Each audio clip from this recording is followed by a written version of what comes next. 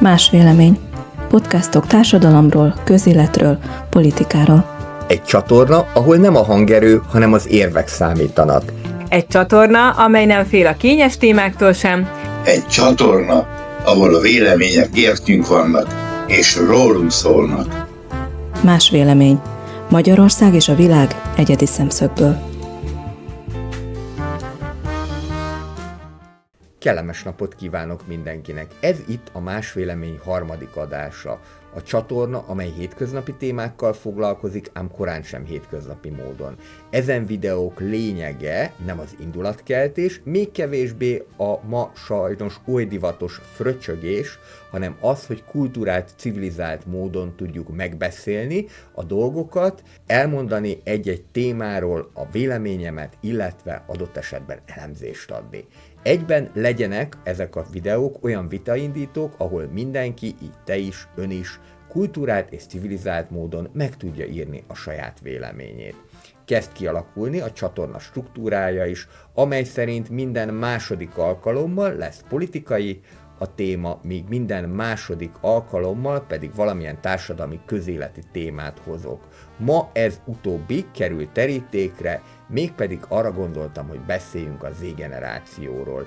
Kik ők, hogyan látom őket, valamint miért érzek szakadékot a maga korai Y-generációja és a Gen Z között. Fontosnak tartom megemlíteni, hogy itt tudományos fejtegetések helyett a saját más véleményemet fogom elmondani, ha pedig értékesnek, elgondolkodtatónak, vagy akár szórakoztatónak tartod mindazt, amit hallasz, akkor megköszönöm, ha feliratkozol a csatornára.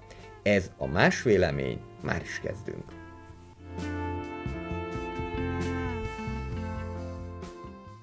Kezdjük akkor ott, hogy elkülönítjük egymástól az egyes generációkat, ezt nagyon fontosnak tartom, hogy rögtön az elején beszéljünk róla, hogy mit tekintünk X-nek, Y-nak, illetve Z-generációnak. Nem biztos, hogy mindenkinek egyértelmű, nem biztos, hogy mindenki ugyanott gondolja ezeket a határokat. Én most mondjuk így, hogy a legáltalánosabban elfogadott álláspontot mondom, tehát az X-generáció, azok fogják képviselni, akik 1965 és 1980 között születtek, az Y-generáció, illetve a millenálisok, magam is ide tartozom, 1981 és 1995 között születtek, illetve a Z-generáció tagjai, akiről a mai videó szól, 1996-tól kezdve születtek és 2010-ig bezárólag. Hogyha ezt a két időpontot tekintjük, 1996 és 2010, akkor már magunk is érzékeljük, hogy azért azok, akik a korai tagjai ennek a generációnak, illetve akik a késői tagjai ennek a generációnak, már azok között is nagy különbség van, hiszen akik a korai Z-generáció, azok a 2000-es évek elején ébredtek öntudatukra, tehát éltek még egy egészen más Magyarországba, míg akik 2010-ben születtek, azok gyakorlatilag már ebben a rendszerben, a NER-nek a rendszerében éltek az Orbán kormány alatt. Most persze nem politikáról szeretnék beszélni, de azért érzékeljük, hogy milyen különbségek vannak, akár hogyha nem is a politikára gondolunk, hanem például mondjuk arra, hogy akik a korai Z-generáció tagjai voltak, azok még csak éppen, hogy ismerkedtek az internettel, ők még emlékeznek a kazettás magnóra, a vezetékes internetre, míg a késői Z-generáció már teljesen a digitális világba született. Úgyhogy ennek megfelelően a generációs határokat jól is fogják mutatni a különböző gyerekkori játékok, eszközök, valamint az első mobiltelefonnak a típusa. Én például a korai Y-nak a tagja vagyok, és ennek megfelelően nekem mobiltelefonom egyáltalán 17 éves koromtól kezdve volt. Az is a mai megközelítésben úgynevezett buta telefon volt, tehát okos telefonom kb. 30 éves koromban volt először, de ez most teljesen mindegy. A Z-generáció tagjai azonban már igen korán használták ezeket a digitális eszközöket, ennek minden előnyével és hátrányával. Miért is fontos beszélni erről? Azért fontos beszélni erről, mert szerintem egyre mélyülő szakadék van a generációk között. Lehet azt látni, hogy mondjuk ugyancsak 15 évről van szó, tehát akik ma Z-generációsok, azok 15 és 30 év közötti korosztályt képviselik, most 2025-ben vagyunk, de mégis nagyon különbözik értékrendben, kommunikációkban, valamint célokban is a Z-generáció az Y-generációtól, és azt gondolom, hogy nagyobb a szakadék az Y és a Z között, mint az X és az Y között. Nagyon érdekes dolog, mert hogy az indította ezt a videót, hogy ugye én minden évben tanítok új embereket, minden évben jönnek új emberek, és hát minden évben egyre fiatalabbak, már úgy értem, hogy egyre távolabb kerülünk egymástól korosztályba, hiszen akik jönnek a nappali tagozatra, ilyen 18-19-20 évesek, ők mindig ugyanannyi idősek, én pedig hát egyre öregebb vagyok, sajnos, de hát ezzel nem lehet mit kezdeni. Az viszont egy nagyon érdekes volt, hogy most bejöttek már inkább késői Z-generációsok, tehát én 2005-2006-ban születtek, és azt találta mondani az egyik, hogy mi vagyunk az egyetlen normális generáció, illetve mi vagyunk még az utolsó normális generáció, és akkor hát kis hián fölröhögtem, és úgy elmondtam, hogy ha tudná, hogy annak idején az X is ezt mondta saját magáról, az Y meg pláne ezt mondta saját magáról, akkor most önök mondják ezt, és akkor majd az alfások mit fognak mondani a bétáról. Ugye alfa generáció az, aki 2010 és 2025 között született, vagy 2011 és 2025 között, és utána pedig innentől kezdve már a béta generáció, akik gyakorlatilag egy pillanatot nem éltek mesterséges intelligencia nélkül. Én egyébként azt érzem, hogy most itt az alfa és a béta között lesz egy óriási törés, mert ez a mesterséges intelligencia, 3D nyomtatás és így tovább, ez tényleg jelentősen fogja változtatni a dolgokat, tehát ez tényleg egy nagy game changer lesz. Az volt az egésznek a tanulság, hogy minden generáció ezt gondolja magáról, és lenézi akár az utánuk jövőket, vagy akár az előttük jövőket is, és a különbségek viszont már a látványosabbak, mert az internet és a technológia felpörgette ezeket a változásokat, és ezért gondoltam, hogy fontos lenne erről beszélni, hogy hogyan látom én, mint korai Y, a Z generációt. Én 1983-ban születtem, tehát abszolút a korai Y-t testesítem meg, bizonyos dolgokban viszont fölfedezem magamban az X generációs tulajdonságokat is, hogyha valaki nagyon közel született a határhoz, akkor bizony fölfedezi magában időről időre, tetszik vagy sem neki az előző generáció tulajdonságait. De hol is találkozom én Z-generációsokkal? Hát először is természetesen az iskolai környezetben, de az iskolai környezetben nem igazán lehet megfigyelni, hogy milyen a Z-generáció, mert ott eléggé erős a hierarchia, így a viselkedésük is valószínűleg más, mint a hétköznapi életben, tehát köszönni fognak, hogy jó napot tanár úr, adott esetben kinyitják az ajtót, adott esetben megköszönik, hogyha én mondjuk megtartom az ajtót, hogyha jönnek, tehát teljesen más a viselkedésük, nyilván udvariasabbak, vagy nyilván azt kell, hogy mondjam, hogy azért az iskola fekete-fehér világa, az azért mindig előhoz, legalábbis az emberek, a tanulók többségében egyfajta tekintély tiszteletet, különösen, hogyha felnőtt képzésről van szó.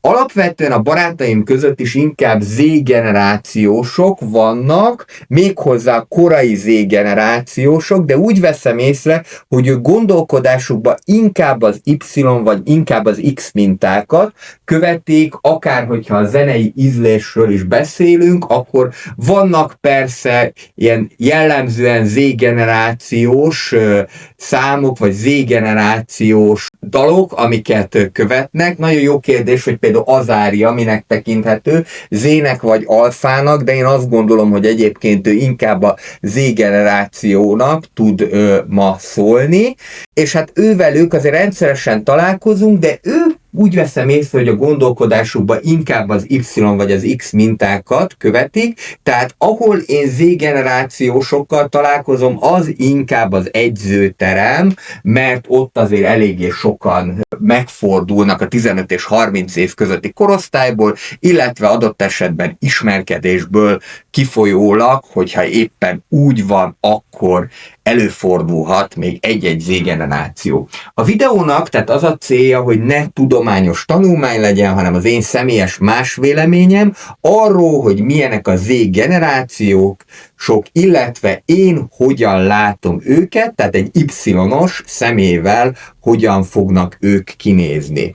Azt is fontosnak tartom elmondani, hogy ezek általános minták, tehát nem lesznek igazak minden Z-generációsra, de úgy gondolom, hogy a többségüknél megfigyelhetőek, illetve ezek jellemzők a Z-generációra. De nem biztos, hogy igazam van, tehát hogyha te máshogy látod, akkor nyugodtan bátorítalak arra, hogy kommenteljél, illetve írd meg, akár hogyha Z-generációs vagy, hogy ti hogyan látjátok magatokat, akár hogyha YX vagy veterán generációból származol, akkor is írd meg, hogy te hogyan látod az Z-generációt. Azt is fontosnak tartom megemlíteni, hogy ennek a videónak a célja tényleg nem az indulatkeltés, hanem hogy próbáljuk meg kidomborítani a Z-generációnak az előnyeit, és beszéljünk a Z-generációnak a hátrányairól is. Nyilván minden generációnak vannak előnyös és hátrányos tulajdonságai.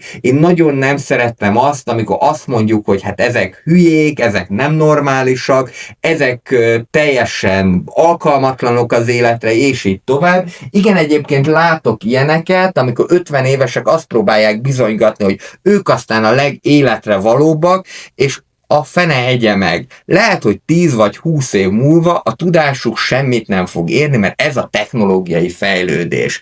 És akkor nem kell bizonygatni azt, hogy én vagyok a legrátermettebb, hanem fejlődni kell, változni kell, és haladni kell a korral.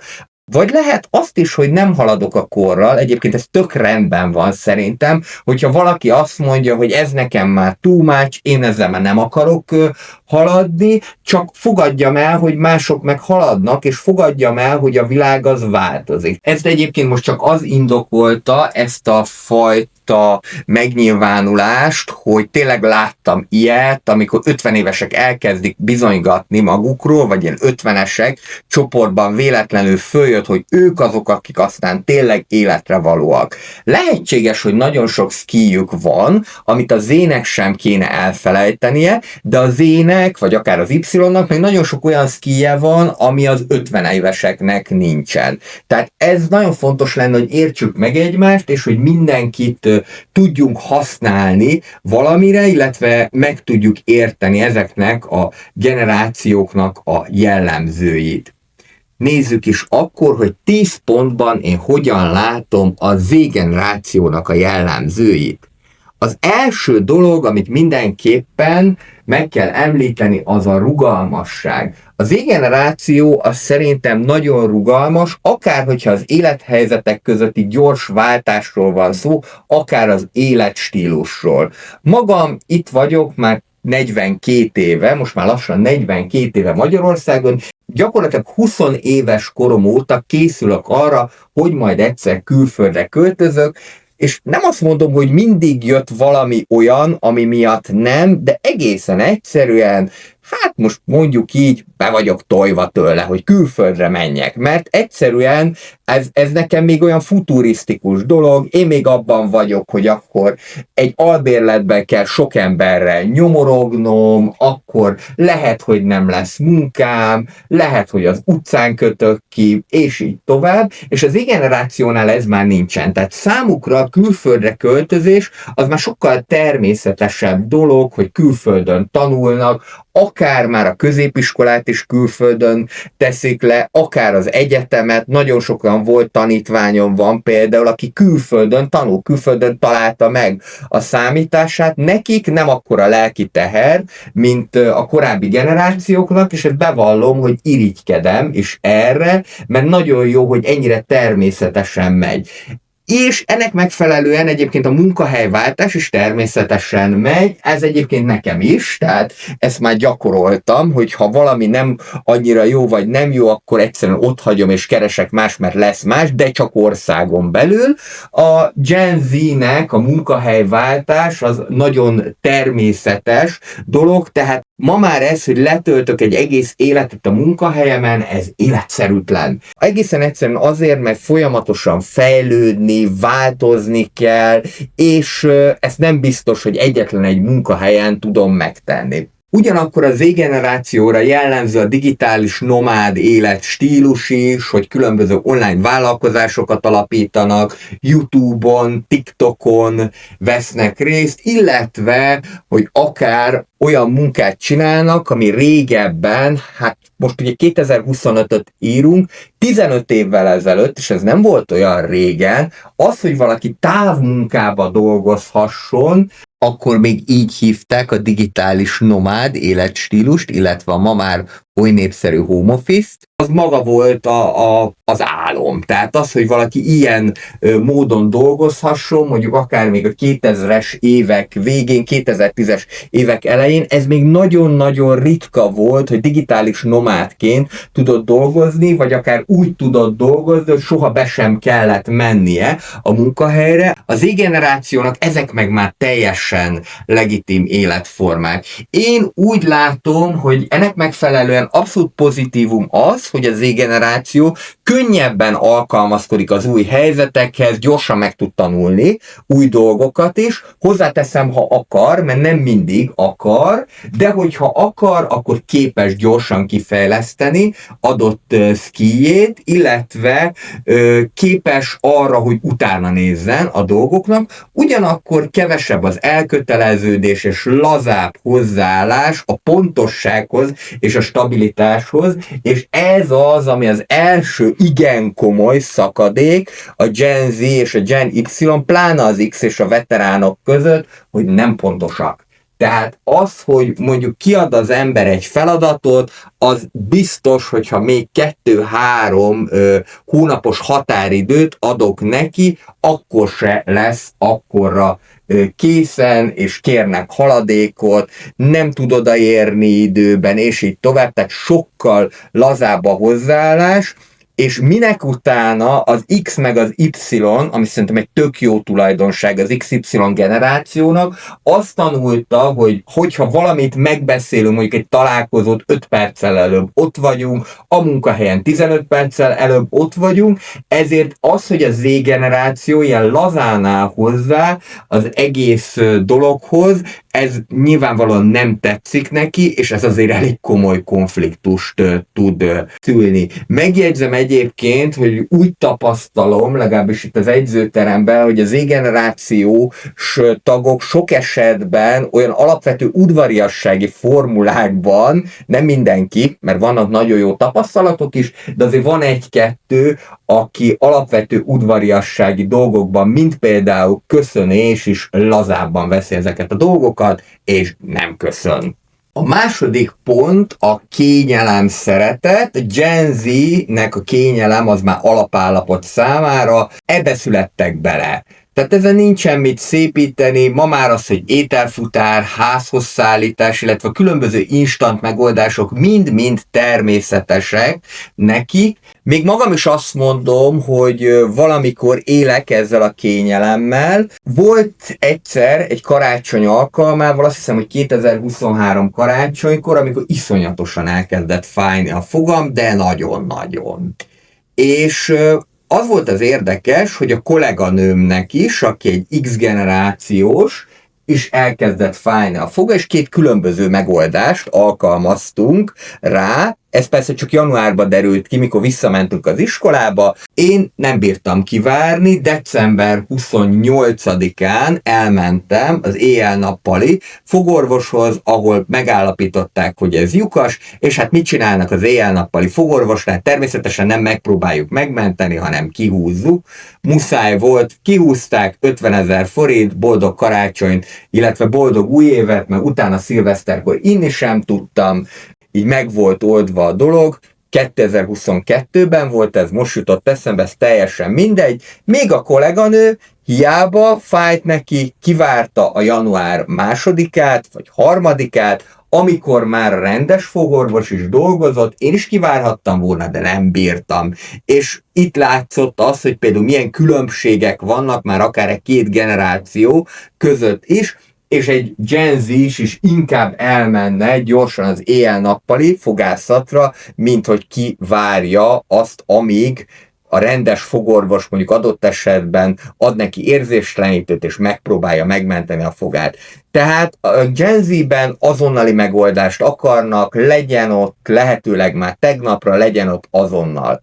Alapvetően ez a párkapcsolatokban is megjelenik, fontos lesz a szabadság, fontos lesz, úgy látom, hogy a kötetlen kapcsolatok, fontosak lesznek ezek a nyitott kapcsolatok, és így azt lehet mondani, hogy Gen Z az abszolút nem szereti a kötöttséget, ugye ezt már a rugalmasságból is láthattuk.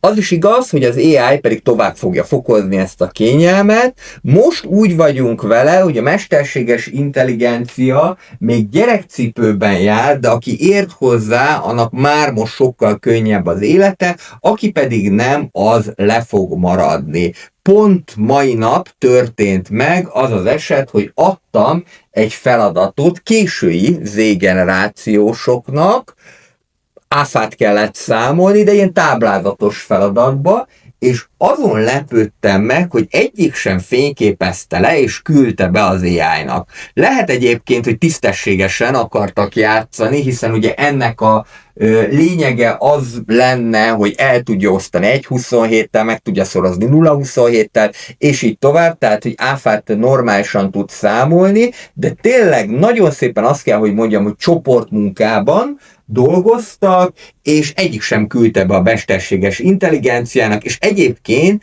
meg kell, hogy mondjam, hogy így volt jobb, mert még jól is érezték magukat. És nem mindegyik csoport lenne ilyen, van, aki beküldené a mesterséges intelligenciának, az AI-nak, hogy oldja meg, mert szerintem egy egyszerű áfa számítással már elboldogulna, egy könyvelési feladattal már nem biztos, legalábbis most 2025-ben még nem, de rászámolunk 5 évet, és szerintem már profin fogja vágni, hogy mi az, hogy tartozik és követel is akár a magyar számla tükör szerint, és le fogja könyvelni a dolgokat. Szóval ez egy nagyon jó kérdés. Az AI-ról egyébként akarok majd egy külön adást csinálni, hogy nekem hogyan változtatta meg a munkámat, illetve miben tud segíteni, mire kell odafigyelni, amikor az AI-t használjuk, és így tovább. Most még úgy vagyunk vele, hogy általában azok értenek az AI-hoz, akiknek az egyéb skilljük is jó. Tehát egy előző csoportban, az egyébként kereskedő csoport volt, vagy hát osztály 8-an voltak, de mondjuk inkább őket csoportnak, ott a 2 legértelmesebb volt az, aki az AI-t használta.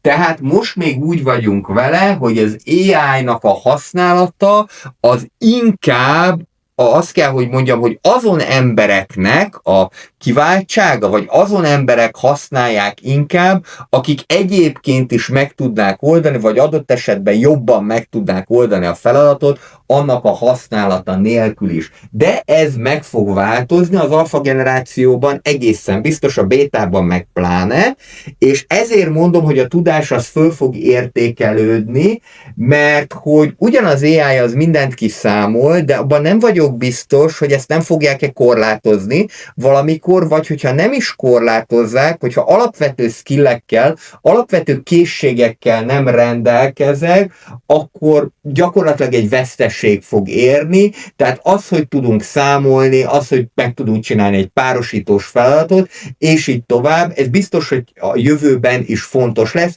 csak éppen az AI fog segíteni, már most 2025-ben is elég sok feladat van, amit az AI-jal állítatok össze, de akkor is ellenőrizni kell, tehát egy kontrolláló funkciót mindenképpen el kell látni az AI-nál is, és ez nagyon fontos lenne, hogy már az Z-generáció is megértse szerintem azt, hogy aki ért hozzá, annak könnyebb lesz az élete, de ez nem azt jelenti, hogy semmit nem kell megtanulni, mert hát csúnya meglepetések érhetik az embert, illetve lehet az is, hogy valamikor ez a mesterséges intelligencia akár teljesen megváltozik, tehát nem kell azért, hogy alapvető skillek nélkül maradjon az ember. Én például nem értek azzal se egyet, hogy valahol már írni sem tanítják meg a gyereket, és több ilyen nyugat-európai ország van, vagy akár Amerika is, hogy nem tanítják meg azokat a finom motorikus mozgásokat, azt csak az írással lehet megtanulni, tehát bizonyos skilleket mindenképpen meg kell tartani az előző generációkból is. A következő az elfogadás és a tolerancia. A Z-generáció az már egy sokkal toleránsabb világba született bele, ennek minden előnyével és hátrányával. Alapvetően nyitottabbak és elfogadóbbak, mint a korábbi generációk, és kevésbé utasítanak el az embereket csak azért, mert mások, de úgy látom, hogy azért a szülői minta és nevelés az nagyon erősen meghatározó, tehát, hogy az X, illetve az Y generációsoktól mit hoznak, mert nem minden Z egyformán nyitott. Ennek a pozitív oldala az az, hogy nagyobb a társadalmi érzékenység, jobban odafigyelnek a környezetvédelemre. Ők azok, akiknek majd meg kell küzdeniük ezzel az egész klímaváltozással, illetve ezzel az egész dologgal, ami ránk vár, tulajdonképpen olyan 2040-es évektől kezdve. Most jelen pillanatban úgy tűnik, hogy 2040-től kezdve ez már igen komoly probléma lesz, ez a klímaváltozás. Már most is igen komoly probléma, de ez még semmi ahhoz képest, majd amit kapni fogunk, és ez a feladat, ez bizony a Z-re és az alfára hárul, hogy ezzel majd megküzdjenek. Alapvetően a kisebbségi jogok iránt is sokkal elfogadóbbak, tehát az már, hogy mondjuk az osztálytársuk meleg, ázsiai, cigány és így tovább, az már egy teljesen természetes dolog, alapélmény, sőt, hogyha kicsit nyugatabbra megyünk, Portugáliában, Lisszabonban például azt láttam, nagyon jó volt látni, hogy a fehér gyerek, a kínai gyerek és az afroamerikai gyerek együtt haverkodik, együtt mennek focizni és barátkoznak. De mondjuk egyébként Portugália az amúgy is egy nyitottabb, ugye a gyarmatok miatt nagyon sok afrikai ember van ott, tehát nagyon sok Afrikából érkező van ott, és hát ott évszázadok alatt egy természetes sokszínűség alakult ki. Van azonban ennek az elfogadásnak és toleranciának egy negatív oldala is, az elfogadás szélsőségessé is válhat,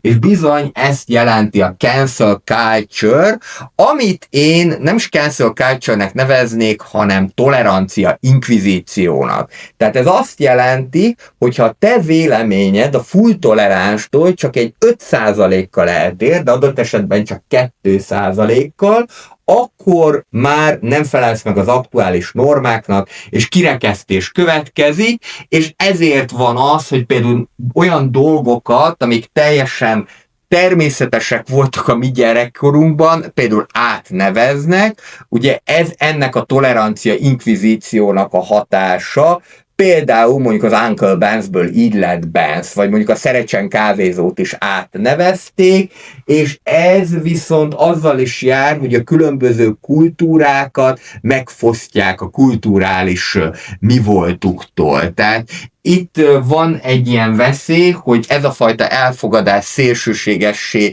is válhat, ugye ez az, amit cancel culture-nek nevezük. Természetesen ezzel kapcsolatosan rögtön az ellenpont is megjelent, hát az se jobb, mit mondjak, úgyhogy mindig azt mondom, hogy nyilván nem a kenyerem a drag queenek, nem a kenyerem az, hogy cancel culture van, de az még mindig jobb, mint amikor a kisebbséget rekesztjük ki, hiszen a kisebbség az alapvetően védelemre szorul.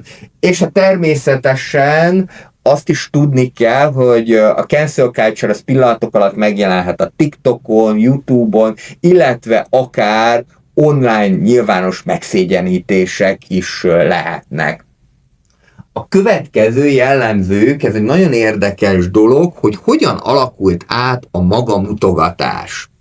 Alapvetően az X-nek és az Y-nak az volt az alapélménye, hogy hát nem volt nagyon illendő mutogatni magad, nem is volt rá ennyi lehetőség, tehát egy visszafogottabb önkifejezés jellemezte, de tényleg nem is volt rá ennyi lehetőség. Ha meg még régebbre nézünk vissza, mondjuk a 19. századra, akkor lehet, hogy egyetlen egy fotó volt egy házas párról egész életükben, amikor megházasodtak.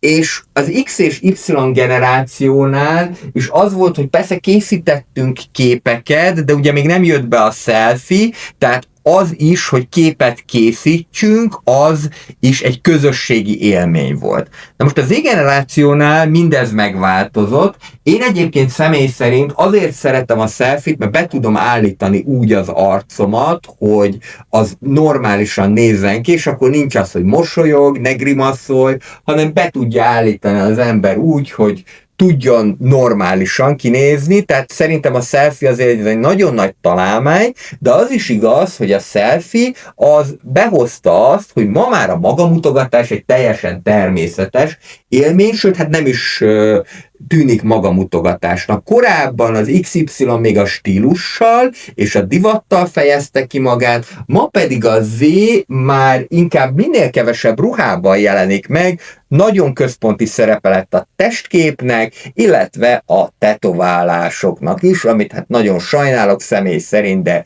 ez van.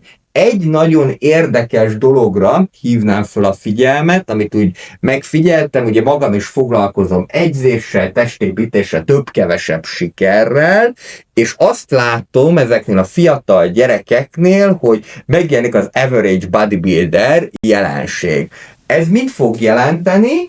Ugye alapvetően azért valljuk be, hogy nem abban az országban élünk, ahol mindenkinek adoniszi teste van, eléggé komoly probléma az elhízás, eléggé komoly probléma az, hogy fölszaladnak a kilók. Ehhez képest valaki ugye kitesz mondjuk képet, vagy videót, és odaírja, hogy ő average, vagyis átlagos. Ezt már nem egy embernél figyeltem meg, akár külföldiek esetében is, de akár már magyar esetben is megfigyeltem, hogy ő egy average 18 vagy average 20 éves, és közben meg tudjuk, hogy nem. És akkor így az jut eszembe, hogy te jó ég, most mi van? Tehát most te vagy másokat nézel le, mert hogyha te average vagy, akkor a többiek azok below average-ek, tehát hogy még az alatt van, de vagy valamilyen önértékelési problémáid vannak, hogy te magadat nem jónak tartod, hanem average-nek tartod. Nyilván én értem, hogy ez arról szól, amiről az egész testépítés, hogy mindig jobbnak kell lenni, és soha nem tudsz elég jó lenni, de ez akkor is némi önértékelési problémát jelez számomra. A másik dolog, a magamutogatással kapcsolatosan ez a két véglet. Z-generációnál is megfigyelhető az, hogy vagy egyáltalán semmit nem oszt meg, vagy csak a nagyon ritka, különleges pillanatokat. Van olyan ismerős, aki például úgy osztja meg ezeket a dolgokat, hogy hát megosztja azt, amikor a tengerparton nyaral. Tudjuk, hogy egész évben úgy létezik, megvan, de ő csak a tengerparti pillanatokat fogja megosztani, és azt a képet próbálja közvetíteni, mint hogyha csak abból állna az élet. Illetve van a másik véglet, aki mindent megoszt, akár a hétköznapokat is. Meg kell, hogy mondjam, hogy itt azért nekem is kell vigyázni, mert én a második kategóriába tartozok, aki szereti a hétköznapi pillanatokat is megosztani. Fontos lenne az a magam részéről is, hogy feltétlen ne osszak meg annyi képet, mert hát ugye az Z-generációnál ez jellemző, hogyha nincs róla kép, akkor meg se történt, ugye az élet kifelé fog zajlani, nem feltétlenül befelé, és még akkor is mosolygunk, akkor is lefényképezzük magunkat, hogyha mondjuk nem is éreztük jól magunkat az adott helyen. Alapvetően ez is önértékelési problémákhoz, szorongáshoz vezethet, és megjegyezném, hogy nagyon megfigyelhető az, hogy alapvetően ma, és szerintem ez is egy komoly konfliktus forrás, illetve feszültséget tud okozni, hogy lényegében az emberek többségében a Z-generáció szabályai szerint játszik. Tehát hol tartunk? A világ vezetői, tehát a legnagyobb hatalmak, azok veterán generációsok. Azok, akik ténylegesen vezetők, tehát vállalatoknál vezetők, munkaadók, azok az X, illetve az Y generációból kerülnek ki, és az a világ, amit mi élünk a mindennapjainkban, hogy Insta részt nézünk, hogy Facebook történetet posztolunk a Facebookon, Instán és így tovább. Nyilván nem mindenki, de nagyon-nagyon sokan, tehát a Facebooknak világszerte 3 milliárd felhasználója van, és a TikToknak is van 1,8 milliárd felhasználója. Ez azért a 8 milliárdhoz képest azért nagyon-nagyon sok, nem is beszélve a többi közösségi oldalakról, azt hiszem az Instának is van 2,5 milliárd felhasználója van, tehát azt lehet látni, hogy gyakorlatilag mi is ebben a Z-világban élünk, az online térben az Z-generáció szabályai szerint játszunk, és ez bizony egy konfliktust tud okozni. Azt is meg kell jegyezni, hogy ezt senki nem tudja olyan jól csinálni, a marketinget, illetve az önmarketinget, mint ahogyan a Z, illetve az alfa generáció, és így már át is megyünk a következő pontra, amely a kivételes önmarketinget fogja jelenteni. Csatornám, ezt úgy hívják, hogy Andrew City Live Gaming, ahol gameplay videókat töltök föl, illetve újabban már véleményvideókat is a gaming világgal kapcsolatosan. Én azt gondoltam, hogy azért csinálom meg ezt a csatornát, mert hogy 35 éves tapasztalattal rendelkezem a gazdasági, stratégiai és városépítő játékok körébe, és talán tudok olyan érdekes dolgokat mondani, ami másoknak is esetleg újszerű lehet, tudok olyan játékokat mutatni, olyan megközelítéssel, stb. Most nem a másik csatornát akarom promózni, akit érdekel, megnézi, hanem azt, hogy hogyan készítem a videóimat.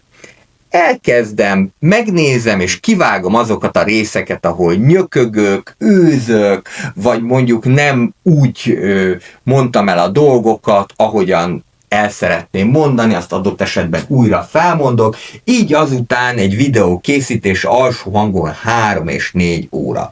Az Z-generáció az mindenből tartalmat tud csinálni, még a hibáiból is, még abból is, hogy ő félremondta, abból is, hogy köhögött, na jó, talán a köhögést azt kivágja. Egyébként volt 10 Z-generációs tanítvány, aki mondta, hogy hát menjen az egész VOD formájában, nem kell abból kivágni semmit, mert az úgy természetes, de egészen egyszerűen én még mint Y úgy vagyok vele, hogy nekem ne hallják azt, ahogy őzök, és ezért inkább kivágom. És pedig nem őzök sokat, az elején sokat őztem, de most már azért ezt kezdem megtanulni, hogy nem kell. Hát, hogyha angolul tolom a dolgot, már azt is kipróbáltam, na akkor azért még vannak őzések, de az Z-generációnál az a lényeg, hogy miután mindenből tartalmat csinál, még a hibáiból is, emellett viszont alapelv, hogy mindig jó színben kell föltűnni. Ez alapvetően azt gondolom, hogy mindig az aktuális fiatal korosztályra jellemző, hogy mindig egy picit jobb színben akar föltűnni, mint akár az előző generáció. Már nálunk az Y-nál is ez jellemző volt, hogy mindig eladhatóak legyünk kvázi. De most a Z-nél is ez megfigyelhető, mindig eladható légy, mindig jó színben tűnjél föl, és lehetőleg még abból is csinálja a marketinget, hogyha mondjuk neked a rossz a kedved. Alapvetően a Z-generációnak kiemelkedő képszerkesztési képességei vannak, kiemelkedőek a hatásvadász képességek, és nagyon tudják, pestiesen szólva, hogy mitől döglik a légy, ezt megfigyeltem, akár a képszerkesztés tekintetében, akár annak a tekintetében, hogy mondjuk milyen kamerabeállítást használnak.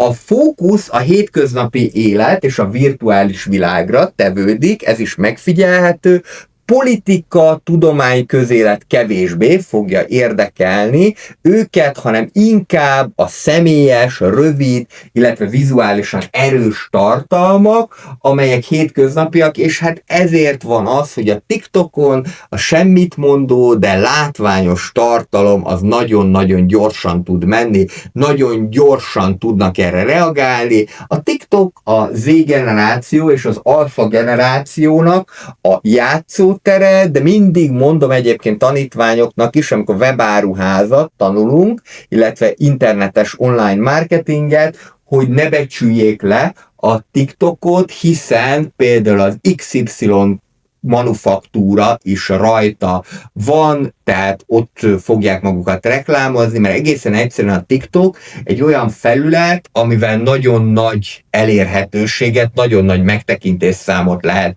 elérni, sokkal nagyobbat adott esetben, mint a YouTube-bal.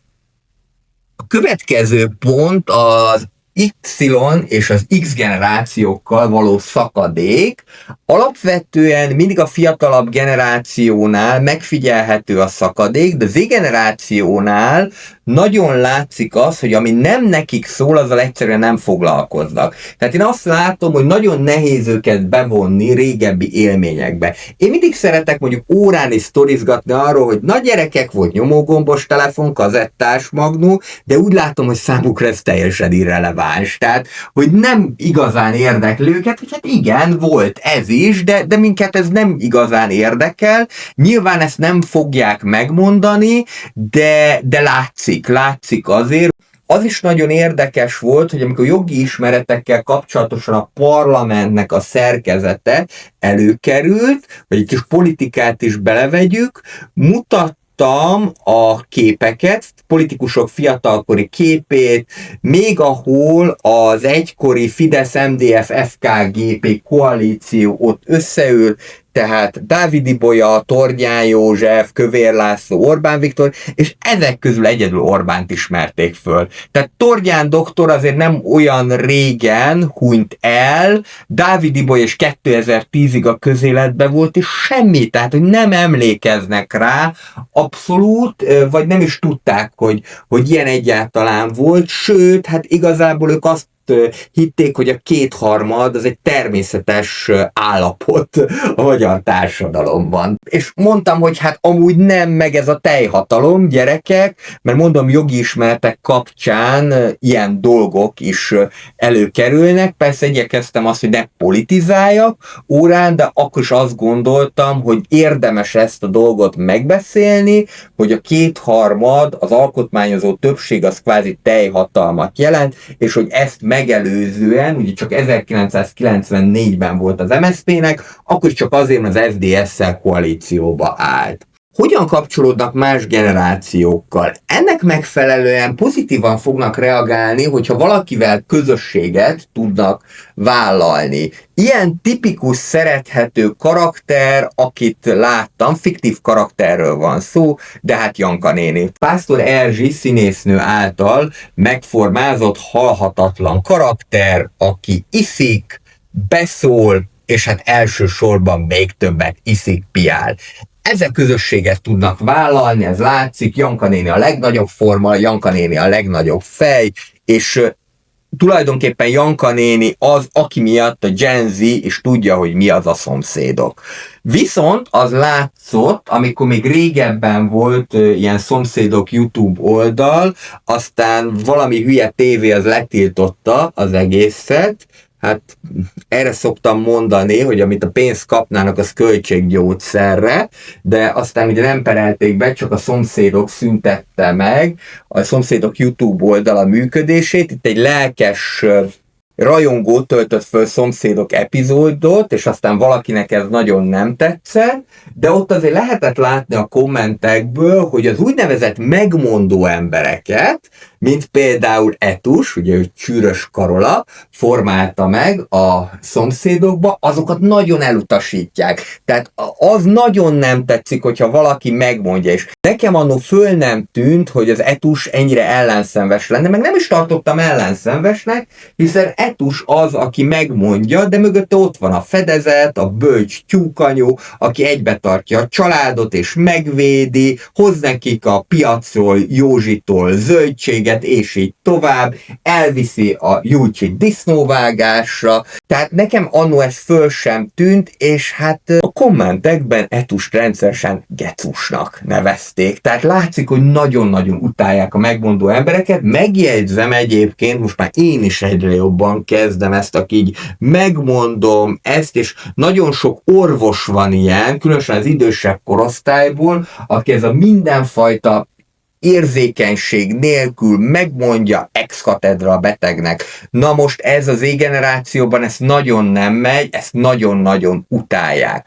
A példaképek az Z-generációból, tehát főként a saját korosztályokból kerül ki, különböző influencerek, youtuberek, illetve streamerek, hogy ők a legjobb példaképek, ez már véleményes, most én itt nem mondanék erről véleményt, mert én magam is mondjuk, hogy most már elkezdtem az Andrew City Life-ot, úgy, hogy youtubernek, tartalomgyártónak vagyok tekinthető, tehát ezt inkább nem véleményezném. Menjünk tovább. A következő, a 7. pont, a mentális egészség és bizonytalanság. Alapvetően az Z-generációban benne van a folyamatos összehasonlítás, ez szerintem egyébként a fiataloknál mindig, de a Gen Z-nél nagyon megjelenik az, hogy mások hogyan élnek, mások jobban élnek nálam, megvan egyfajta megfelelési kényszer. Tehát én például el nem tudnám képzelni, hogy 100 000 forintot költök el egy cipőre, mert maximum 30 vagy 40, de akik sorba állnak a 100 meg 200 000 forintos cipőért, hát ott tényleg van egyfajta megfelelési kényszer. Tudom, hogy azt mondják, hogy befektetés, én nem tudom, hogy milyen befektetés lenne, én szerintem rongyán járnám azt a 100 000 forintos cipőt, nekem biztos nem lenne befektetés, de ez a mindig jól kell kinézni, mindig teljesíteni kell, és a világa sokkal kényelmesebb, mint valaha, ez kétségtelen, erről már beszéltünk, de mentálisan sokkal megterhelőbb tud lenni, és ezért ugye az a magamutogatás és önmarketing, ami megjelenik, a sokszor valójában egy védekezési mechanizmus. Éppen ezért, és erre az indexkép is nagyon jól utal, szerintem sokkal gyakoribb a Gen Z-nél a szorongás, a depresszió, illetve akár a fiatalkori kiégés is. Egy kulcsgondolat ezzel kapcsolatosan, az Z-generáció az mindent megoszt, de közben belül gyakran magányos. És ez egyébként a zenei ízlésben is tetten érhető, tehát ahogy hallgattam tipikus Z-generációs számokat, Edzőterem szintén, akár Betonhoffi, akár Pogányinduló. Egyébként ezeket nem hallgattam volna meg, de mert, hogy ott pont egy Z-generációs berakta, ezért meghallgattam, és észleltem ezt az édesbús, melankólikus, sokszor magányos, és sokszor a kötöttségeket nem felvállaló attitűdöt. Tehát ugyanígy a Z-generáció zenei világában is tetten érhető ez a fajta bizonytalanság, illetve ez a fajta szorongás. A 8. pont a Z-generáció jellemzőinél a pénzhez és az anyagiakhoz való viszony. A Z-generáció tagjainál már abszolút jellemző az, hogy sokkal kevésbé hisznek, a klasszikus dolgoz keményen, és majd meg lesz az eredménye. Nem szeretem ezt a kifejezést, de ide most ez fog illeni narratívában. Alapvetően a költésük is élményorientált, tehát nagyon fontosak nekik az utazások, a fesztiválok, illetve a pillanat megélése sokkal fontosabb, mint hogy tárgyakat vásároljanak, megjegyezve azt, hogy egyre nehezebb lakáshoz jutni a mai világban, tehát éppen ezért sokkal inkább jellemző az, hogy élményorientált a költés, és a digitális értékek az is megfigyelhető, hogy hogy ugyanolyan fontosak, mint a fizikai értékek, tehát a különböző játékbeli skinek, akár egy streamernek a támogatása, előfizetés, vagy akár egy e-book is. A pénzkereseti lehetőségek is változóak, tehát most már az, hogy valaki TikTokkal, YouTube-bal, vagy akár streammel keressen pénzt, az teljesen normális, megjelennek az alternatív karrierutak, amely erősíti az Z-generáció tagjainak a rugalmasságát, ugyanakkor növeli a bizonytalanságot is, hiszen bizonyos pénzkereseti lehetőségek nem olyan biztosan fognak megjelentkezni az életükben, mint amikor havi szinten megkapjuk a fizetést. És természetesen az is jellemző, hogy a pénzzel általában azt látom, hogy nagy vonalúban tudnak bánni, mint az Y, de főként az X generáció. Hogyan viszonyulnak a világhoz, a közélethez, illetve a politikához, habár vannak olyan emberek, az Z-generáció, sőt az alfa generáció tagjai közül is, akik akár már fiatalon keményen megfogalmazzák a véleményüket, akár politikai párthoz, szervezethez csatlakoznak. Alapvetően azért az a jellemző, hogy a hagyományos politika kevésbé érdekli őket. Mondjuk ez az egész magyar berendezkedésre jellemző szerintem, hogy a politikát azt olyan rossznak tartjuk, ne beszéljünk róla, menjünk el szavazni 4 évenként, vagy amikor kell, húzzuk be az X-et, de inkább tartsuk magukat távol. Ez az X és Y generációnál egyértelműen megfigyelhető, és utána ezt örökítették át, illetve ezt adták tovább a Z generációnak is, bár hogyha akad egy olyan párt, amelyik meg tudja szólítani a fiatalokat, a mostani ellenzék például úgy tűnik, hogy egyre inkább ilyen, akkor hajlandóak politizálni, illetve hajlandóak politikai véleményt nyilvánítani, de alapvetően a Z generációra szerintem jellemző az, hogy a hagyományos politika kevésbé érdekli őket, kevésbé foglalkoznak közélettel, tehát hogyha én mondjuk azzal akarok előhozakodni egy órán, hogy a Donald Trump ezt mondta, vagy a Putyin azt mondta, mert hogy éppen mondjuk ez abból a szempontból érdekes lehet, hogy mondjuk megértsük a világnak a gazdasági folyamatait, vagy akár az, hogy mondjuk melyik országban volt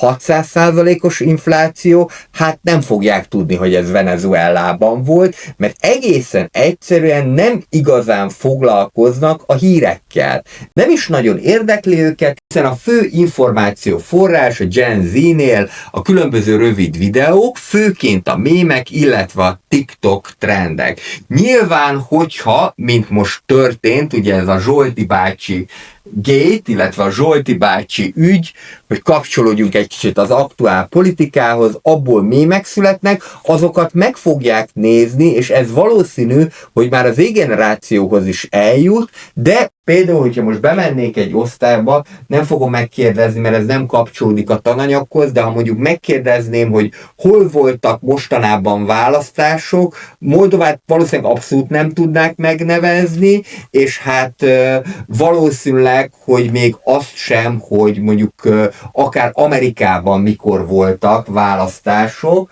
tehát ez egyfajta tájékozatlanságot jelent X és Y szemmel, mindenképpen nem feltétlenül tájékozatlanság ez, bár úgy gondolom, hogy tényleg kéne foglalkozniuk többet közélettel. Az is nagyon látszik, hogy amit tanulnak az iskolába, az nem marad meg. Tehát az nem ragad meg. Tipikus példa, ugye felülről számított áfa kulcs az 4,76%, ez azt jelenti, hogy a bruttó érték után számítjuk, ez teljesen mindegy, de amikor azt mondom, hogy hát hogy jegyezzék meg, hogy az 5%-os áfának a felülről számított rész az 4,76, hát mondom Róma bukása, nyugat-római birodalom bukása, és akkor ott néznek, hogy mi van, tehát, hogy az mikor volt. Pedig hát, hogyha valami az ókor vége a nyugat-római birodalom bukása, ez azt gondolom, hogy ez azért egy fontos dátum, ezt azért meg lehetne jegyezni, hogy ez 476-ban volt, és nem És ugyanígy, amikor mondjuk megkérdezem azt, hogy mi volt az első birodalom, szintén jogi ismeretek óra, mert kicsi jogtörténetet is kell tanítani, akkor általában 5 perc után nyögi ki valaki, hogy a római birodalom. És hát ugye nagyon nem, hiszen ugye Sumer, majd Akkád városállamok voltak az első birodalmak, vagy hogyha úgy tetszik, akkor még régebbre nézzük, akkor akár mondhatnánk Egyiptomot is, már azzal is megelégednék, de szóval, hogy ez egyfajta tájékozatlanságot jelent, illetve ez azt jelenti, hogy tulajdonképpen ami az iskolába megy, illetve az iskolából nekik átjut, hát az nagyon-nagyon kevés. Jellemző az is, hogy gyakran érzelmi alapon reagálnak, nem racionális logika szerint, éppen ezért a klasszikus kampányokkal ők aztán nehezen megszólíthatóak, annál inkább a rövid TikTok videókkal, illetve a rövidebb shortsokkal. Azonban, ha egy ügy személyesen érinti őket, lásd például internetadó 2014-ben, akkor bizony gyorsan mozgathatók, illetve gyorsan mozgósíthatók, de ez az aktivitás alapvetően rövid ideig tart, tehát ebben nem mondhatóak olyan kitartónak. Végezetül pedig nézzük meg a jövőképet és a kihívásokat, milyen világ vár rájuk. Ugye szokták mondani X-esek, Y-osok, hogy nem szívesen lenne most fiatal, mert hogy nehezebb lett a világ.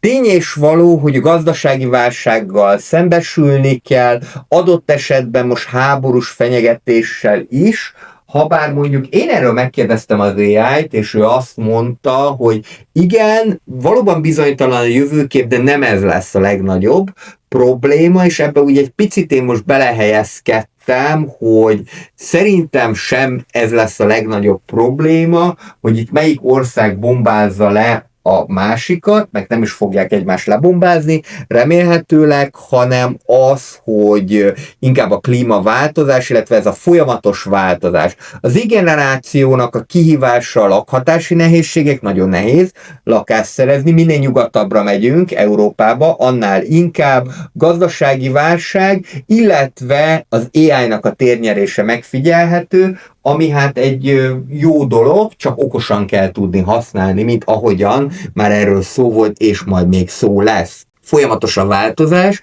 tehát alapvetően egy bizonytalan jövőkép elé néznek, és a kérdés, hogy lesz-e elég erő, illetve tudás bennük, hogy átvegyék majd azt a vezető szerepet, amit most az X, illetve az Y generációsok visznek. Ez volt tehát az én más véleményem a Z-generációról 10 pontban. Szeretném újra hangsúlyozni, hogy nem minden Z-generációs ilyen, csupán általános mintákat próbáltam felvillantani ebben a videóban. Most azonban te jössz, ön jön. Te hogyan látod, ön hogyan látja a Z-generációt? Melyik ponttal értettél egyet, illetve melyikkel nem? Ezúton bátorítanálak, hogyha tetszik ez a videó, akkor kommentel, lájkkal, illetve feliratkozással támogasd a csatorna munkáját. Ez volt a mai Más Vélemény, 2 hét múlva politikai témával fogjuk folytatni. Várom önöket, várlak benneteket akkor is.